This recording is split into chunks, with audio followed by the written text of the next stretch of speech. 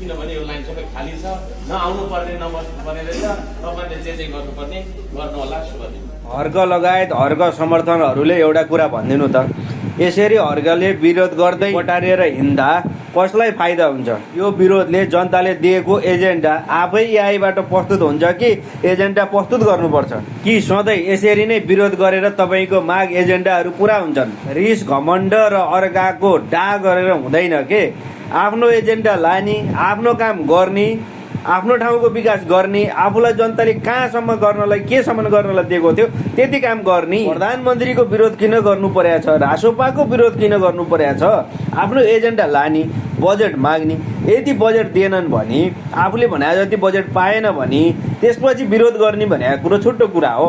अहिले फोकटको विरोध गरेर नेपाली जनताले दिएको एजेन्डा त्यो होइन नि त। आफूले पनि एजेन्डा बकाइदा साथ लेखेर आएको पार्टी हो, अनि त्यो एजेन्डा पुरा गर्नु पर्दैन? यसरी बहिष्कार गर्दैमा त्यो एजेन्डा पुरा हुन्छ?